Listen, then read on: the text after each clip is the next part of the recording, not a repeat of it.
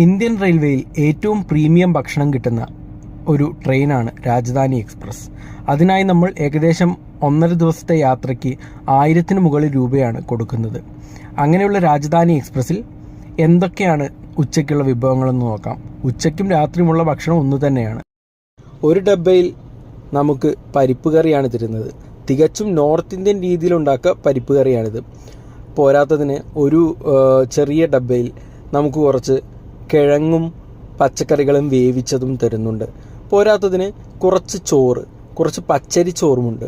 പച്ചരി ചോറല്ലാതെ 2 ബോൺലെസ് കഷ്ണങ്ങളുള്ള ഒരു ചിക്കൻ കറിയും നമുക്ക് അവർ തരുന്നുണ്ട്. ഇതിനൊക്കെ പുറമെ 2 ചപ്പാത്തിയും കൂടി ആകുമ്പോഴേക്കും നമ്മുടെ വയറ് നിറയും. എന്നാൽ നമ്മുടെ മനസ്സ് നിറയുമോ എന്നുള്ളതാണ് ചോദ്യം.